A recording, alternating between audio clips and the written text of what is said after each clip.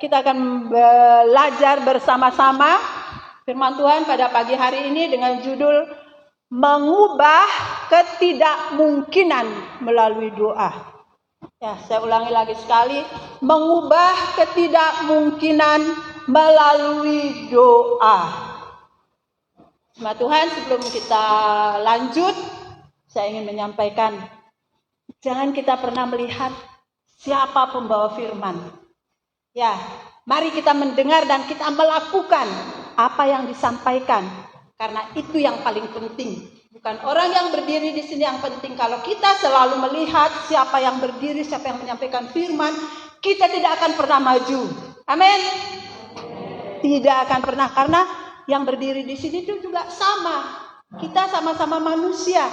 Kita sama-sama berdosa.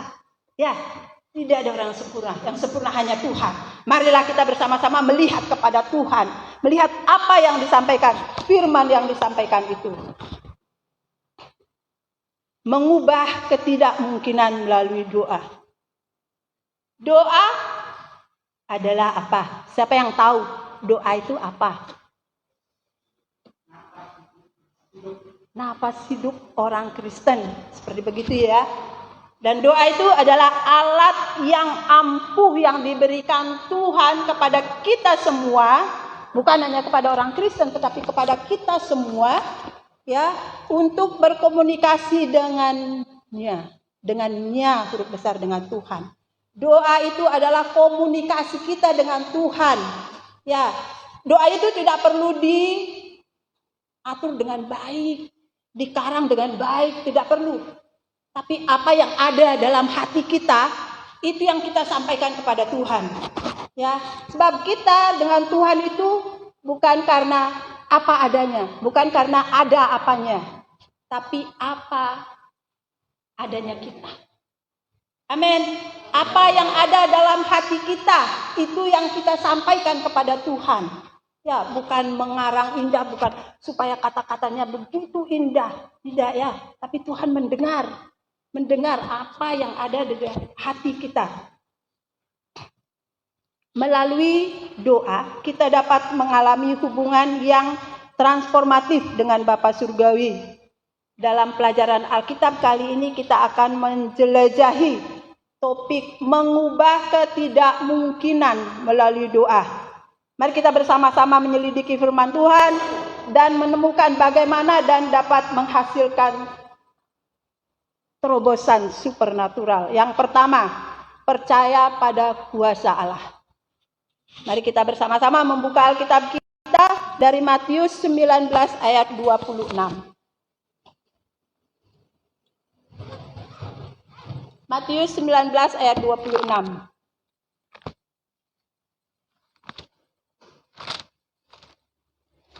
Mari kita bangkit berdiri untuk menghormati firman Tuhan.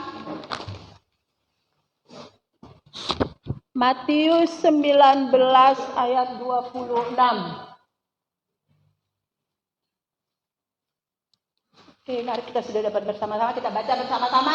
2, 3. Yesus mengatakan, bagi manusia ini tidak mungkin, tetapi amin. Silakan duduk. Yesus memandang mereka dan berkata, bagi manusia hal ini tidak mungkin. Kita selalu bilang seperti itu. Tidak mungkin, dan tidak mungkin. Tetapi kalau kita sungguh-sungguh percaya pada Tuhan, pada kuasa Tuhan, maka segala sesuatu itu mungkin. Ya, segala sesuatu itu pasti terjadi apabila kita sungguh-sungguh percaya pada kuasa Allah. Pada poin pertama ini kita menekankan kuasa dan kedaulatan Allah. Kita sering menghadapi situasi yang tampaknya mustahil untuk diatasi. Seperti saya katakan tadi, tidak mungkin, mustahil terjadi. Tidak percaya kayaknya. Tapi kalau kita sungguh-sungguh percaya kepada Tuhan, sesuatu itu pasti terjadi. Sesuatu itu pasti bersama dengan Tuhan. Tidak ada yang tidak mungkin. Ya, ayat ini mengingatkan kita bahwa Tuhan tidak dibatasi oleh keterbatasan manusia. Ketika kita percaya kepada kuasanya dan menyerahkan seluruh kehidupan kita, seluruh kekhawatiran kita kepada Tuhan, bukan setengah-setengah ya, ingat baik, seluruhnya. Ini loh Tuhan, kekhawatiranku. Kita dapat menyaksikan intervensi ajaib, bahkan dalam situasi yang paling menantang sekalipun. Ya, ingat baik poin yang pertama, percaya pada kuasa Tuhan. Sepertinya tidak mungkin, sepertinya mustahil. Tapi kalau kita menyerahkan seluruh kehidupan kita ke dalam tangan Tuhan, seluruh kekhawatiran kita. Ya, seperti kemarinnya lagi ya. Kita keluar ngajar di suatu desa. Bapak yang bawa mobil. Ya, karena Bapak sudah bisa bawa mobil, tapi baru-baru mengulang lagi ya. Kita takut. Pertama kita keluar takut, masih di dalam desa. Lupa berdoa. Begitu mau keluar dari desa, kita mau ke jalan raya besar, saya langsung ngomong, Tuhan, Engkau juru mudiku. Aku serahkan semuanya ke dalam tangan-Mu. Luar biasa. Saya tidak setengah-setengah, benar nggak ya? Bisa nggak ya Bapak? Tapi saya bilang, Tuhan, aku menyerahkan kemudinya kepada tangan. Apa yang terjadi, saudara-saudara? Kita selamat, tidak ada satupun yang terjadi. Apa menyetir dengan tenang, dengan santai. Saya dalam hati sampai di rumah, kok tumben ya? Gitu. Tapi luar biasa. Kalau kita benar-benar menyerahkan seluruh kekhawatiran kita ke dalam tangan Tuhan dan percaya pada kuasanya, maka hal-hal yang luar biasa pasti terjadi dalam kehidupan kita. Yang kedua, mencari kehendak Tuhan. Kita bersama baca di dalam 1 Yohanes 5 ayat 14 sampai 15.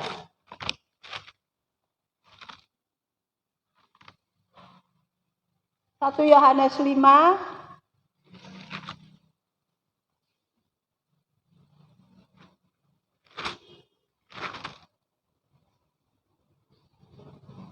1 Yohanes 5 ayat 14 sampai 15. Bagi yang sudah mendapatkan, silakan bangkit berdiri untuk membaca salah satu dari kita. 1 Yohanes 5 ayat 14 sampai 15. Saya minta Jitro untuk membaca. Dan bila keberanian percaya kita kepadanya, yaitu bahwa ia mengabulkan doa kita jikalau kita meminta sesuatu kepadanya menurut kehendaknya, dan jikalau kita tahu bahwa ia mengabulkan apa saja yang kita minta, maka kita juga tahu bahwa kita telah memperoleh segala sesuatu yang telah kita minta kepadanya. Amin. Dan inilah keyakinan kita, dan inilah keberanian percaya kita kepadanya, yaitu bahwa ia mengabulkan doa kita. Jikalau kita meminta sesuatu kepadanya menurut kehendaknya, dan jikalau kita tahu bahwa ia mengabulkan apa saja yang kita minta, maka kita juga tahu bahwa kita telah memperoleh apa yang kita minta kepadanya. Ya. Doa bukan hanya tentang menyampaikan keinginan kita di hadapan Allah. Dan doa adalah tentang menyelaraskan kehendak kita dengan kehendaknya. Ya, bukan memaksakan kehendak kita kepada Tuhan ya. Ketika kita mencari kehendak Allah, kita dapat yakin bahwa Dia mendengar kita dan merespon sesuai dengan apa yang terbaik bagi kita. Ketika kita dihadapkan pada ketidakmungkinan, kita harus berdoa dengan pemahaman bahwa kehendak Tuhan mungkin berbeda dengan kehendak kita, dan percaya bahwa rencananya sempurna. Amin. Jangan pernah memaksakan kehendak kita kepada Tuhan. Ya, anak-anak muda nih terutama. Tiba-tiba minta sama Tuhan. Tuhan, saya minta jodoh. Siapapun yang bertemu saya hari ini, itulah jodoh saya. Ini yang perempuan berdoa umpamanya seperti itu ya. Lalu yang suka ke kampus nih, tiba-tiba di kampus ada cowok ganteng di depan. Baru pertama kali dilihat cowok itu ganteng, rambut panjang. Tapi sayang, ternyata dia orang gila. Itu artinya kita memaksakan kehendak kita. Ya, jangan pernah memaksakan kehendak kita kepada Tuhan. Kalau kita minta kesabaran, kadang-kadang Tuhan kasih masalah. Iya apa ya? Masalah. Supaya kita tidak, supaya tidak begitu kita minta sabar, Tuhan kasih sabar banget. Wih, salah. Ya, Tuhan ingin menguji. Benar enggak mau minta kesabaran? Dikasihlah kita masalah yang paling ruwet. Dikasih masalah yang paling menjengkelkan. Lalu kita langsung wah. Itu berarti kita tidak sungguh-sungguh minta kesabaran dari Tuhan. Ya, kalau kita sungguh-sungguh minta kesabaran dari Tuhan, maka kita akan sabar. Maka kita akan belajar berusaha memahami bahwa doa yang kita minta kadang-kadang tidak sesuai dengan kehendak kita. Tapi yang terbaik menurut Tuhan dan indah pada waktunya. Amin. Poin yang ketiga yaitu bertekun dalam doa. Kita buka Alkitab kita di dalam Lukas 18 ayat 1. Lukas 18 ayat 1.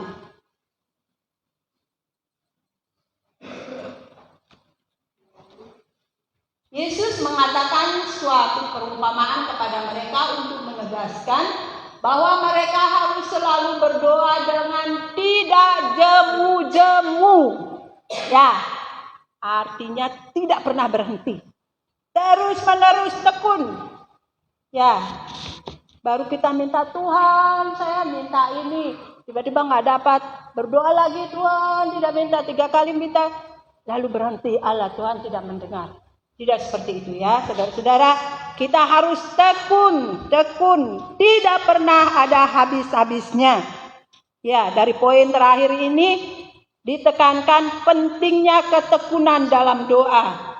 Terkadang ketika kita dihadapkan pada ketidakmungkinan, kita pasti menyerah. Ya Pak ya? Ya. Jangan pernah menyerah, seperti lagu yang dinyanyikan tadi ya. Jangan pernah menyerah. Tuhan Yesus mendorong kita untuk selalu bertekun dalam doa dan tidak putus asa. Bahkan jika doa-doa kita tidak segera dijawab, kita harus terus membawa permintaan kita kepada Allah dengan iman dan ketekunan. Ketika kita bertekun, kita menunjukkan kepercayaan kita kepada kesetiaan Allah dan membuka pintu baginya untuk bekerja dengan penuh kuasa dalam hidup kita. Ya, jangan pernah menyerah, jangan pernah berputus asa. Berdoa terus, meminta kepada Tuhan sampai akhirnya Tuhan memberikan yang terbaik bagi kita semua. Amin. Kita terus meminta, membawa permintaan kita ke hadapan Allah dengan iman dan dengan ketekunan kita. Ya. Kesimpulan daripada firman yang telah saya sampaikan pada pagi hari ini, melalui doa kita dapat mengalami transformasi. Kemustahilan menjadi mujizat. Dengan percaya kepada kuasa Allah, mencari kehendaknya dan bertekun dalam doa, kita dapat menyaksikan terobosan-terobosan supernatural. Mari kita ingat bahwa doa bukanlah formula ajaib. Ya, berdoa sekarang lalu Tuhan langsung jawab sekarang. Tidak ya. Ada waktunya Tuhan. Tetapi percakapan yang tulus dengan Bapa Surgawi, seperti yang saya katakan tadi, apa yang ada dalam hati kita, bukan mengarang indah, bukan dengan kata-kata indah, tapi apa yang ada dalam hati kita, sampaikan kepada Tuhan. Ya, sampaikan kepada Tuhan dengan apa adanya. Tetapi percakapan yang tulus dengan Bapa Surgawi, ketika kita menyerahkan ketidakmungkinan kita kepadanya, kita dapat memiliki keyakinan bahwa Dia mengerjakan segala sesuatu untuk kebaikan dan kemuliaan-Nya. Ya, firman Tuhan mengajarkan kepada setiap kita pada pagi hari ini bagaimana kita harus percaya kepada kuasa Allah. Kemudian dengan percaya kita mencari kehendak Tuhan. Ya, dan akhirnya kita harus bertekun. Ya, bertekun dalam doa. Melalui doa, Tuhan menjawab kita dengan baik. Segala sesuatu yang kita minta kepada Tuhan, Tuhan menjawab tepat pada waktunya Tuhan, bukan pada waktunya kita. Amin. Demikian firman Tuhan pada pagi hari ini yang dapat saya sampaikan.